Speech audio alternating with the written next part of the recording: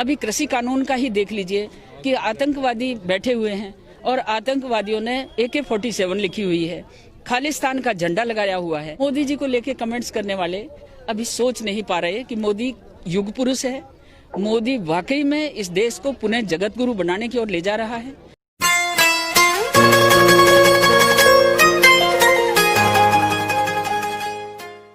मोदी जी को लेके कमेंट्स करने वाले अभी सोच नहीं पा रहे कि मोदी युग पुरुष है, मोदी वाकई में इस देश को पुनः जगत गुरु बनाने की ओर ले जा रहा है।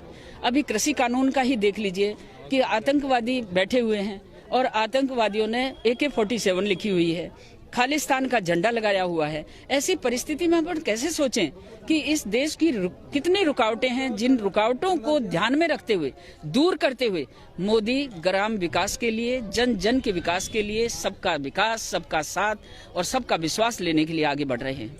जिन किसानों की वो बेटी हैं, क्योंकि मैं जहाँ तक समझता हूँ कि जसकौर मीणा जी इतनी कोई बड़ी हाई फाई फैमिली से नहीं होंगी, वो भी कि एक किसान की बेटी है। जिस हिसाब से माननीय जसकौर मीणा जी ने किसानों को आतंकवादी कहा, खालिस्तानी कहा, बड़ी शर्म की बात है। एक महिला होने के नाते हम ज़्यादा कुछ नहीं बोल सकते, बट ये ज़रूर बताएंगे जनता के लिए कि आप जिनको युग पुरुष समझ रही हो मैडम, वो दरअसल आज के समय में विनाश पुरुष साबित हो रहे हैं। और अगर आपको इसके प्रूफ चाहिए, इसके अगर सबूत चाहिए, तो मेरा नंबर है, आप 8875155587, आप मुझसे बहस कर सकते हैं। अगर आप उस बहस में जीते तो मैं भी नरेंद्र मोदी जी को युग पुरुष मान लूँगा, और अगर आप उस बहस में हारे तो ये दिमाग से ये भ्रांति निकाल देना कि जिस हिसाब से ये मोदी जी जिस तरह से देश को चला रहे हैं, ये देश बर्बादी की कगार की तरफ जा रहा है।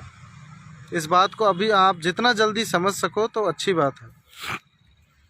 जिस हिसाब से और सबसे पहले तो आपको किसानों से माफ़ी मांगनी चाहिए कि जिन किसानों को आप आतंकवादी बोल रही हो, आपके पास ऐसा क्या प्रूफ है जो आप उन किसानों को, जो पिछले 50 दिनों से धरने पर बैठे हैं, अगर वो आतंकवादी होते तो मैं समझता हूँ कि अब तक तो बहुत खून खराबा हो चुका होता। लेकिन वो आपकी जितनी भी जो मानसिकता है कि उनके बीच में जाके पाकिस्तान के नारे लगवाना, अपने लोगों को भेज के वहाँ का माहौल ख़राब करना, ये जिम्मेदारी आपकी है मैडम, सरकार आपकी है। जसकौर मीणा जी, आप जो आज सांसद हो, तो अच्छी तरह से याद होगा कि पिछली बार जब आपको सांसद का टिकट नहीं मिला था ना 2013-14 में, याद होगा आपको, तब आपकी क्या हालत थी। इसलिए इस तरह से एकदम घमंड में आप बोलना, घमंड करना, ये आप जैसे लोगों को शोभा नहीं देता। लेकिन आप बोलते ही हो।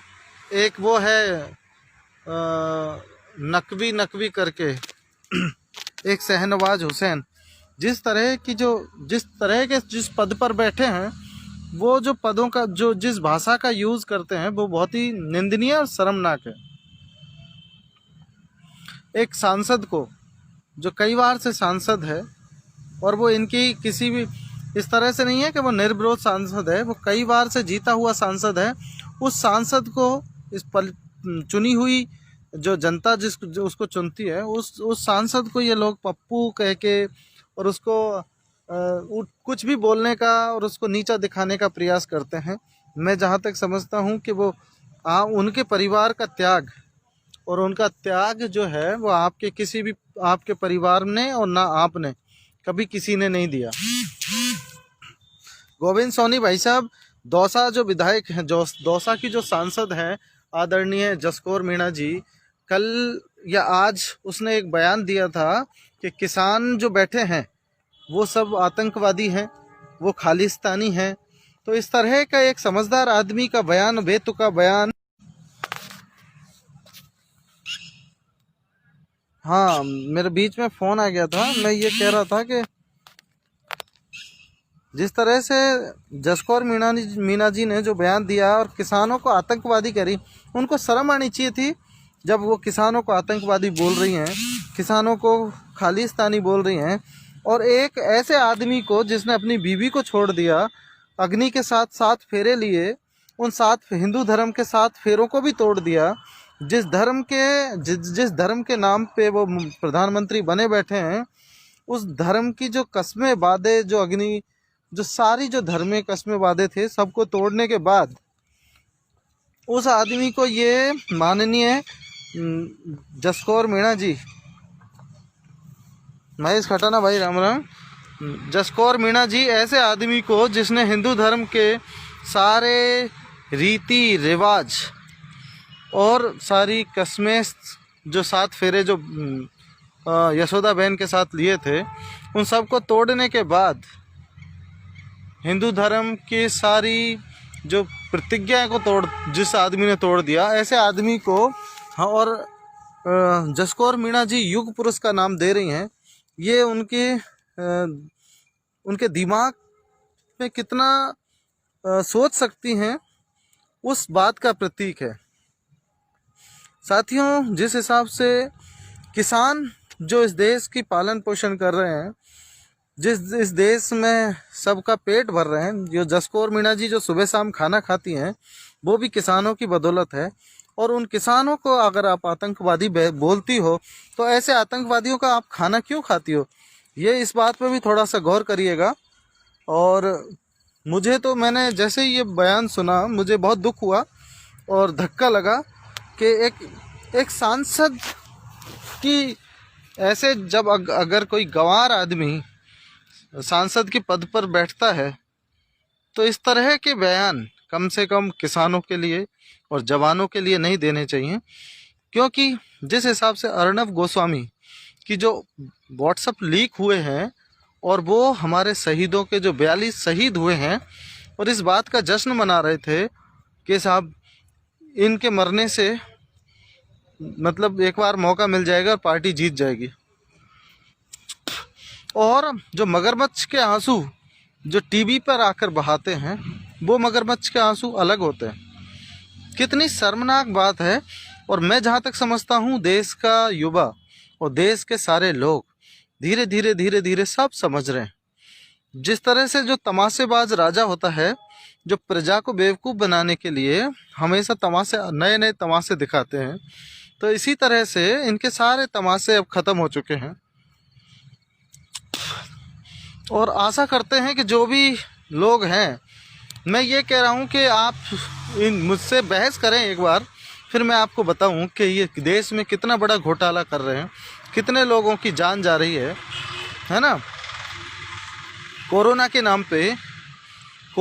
नाम पे एक भी टेस्ट में, अभी आप देखिएगा कि विदेशों में जिस हिसाब से वीडियो दिखाए गए थे लोगों को डराने के लिए, उस हिसाब से हिंदुस्तान में कितने लोग मरे, जबकि हमारे पास विदेशों की कंपैरेटिवली इतने डेवलप्ड मशीनरी नहीं है, डेवलप्ड वैज्ञानिक नहीं है, फिर भी वो देशों की हालत ख़राब हो सकती है और हमारे देश की हालत ठीक हो गई। तो ये एक्चुअली एक भ्रम है जो इन्होंने फैला रखा है मीडिया के द्वारा। आज भी कोरोना से बहुत सारे लोगों की मौत होती है, लेकिन ऑन रिकॉर्ड पे वो कोरोना की डेथ में काउंट ही नहीं होते, ताकि ये लोग बोलते हैं भाषणों में, टीवियों पे बोल सकें कि हमने कोरोना पे कंट्रोल किया है।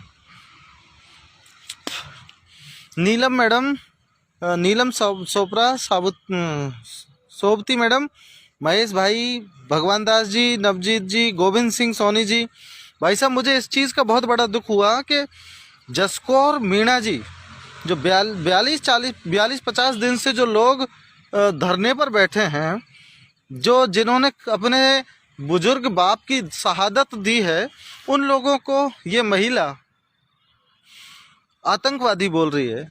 इनको शर्म आनी चाहिए थी। अरे पार्टी अलग चीज़ है, एमएलए अलग चीज़ है, सांसद बन गए अच्छी बात है, आप प्रधानमंत्री बनो, लेकिन किसानों को तो गाली मत दो।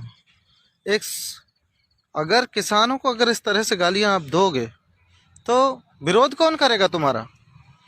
आपका एक मित्र जो है डोनाल्ड ट्रंप, उसकी हालत अभी एक कुत्ते से भी बदतर हो चुकी है अमेरिका में। आने वाले टाइम में शायद आपका भी दिन आने वाले हैं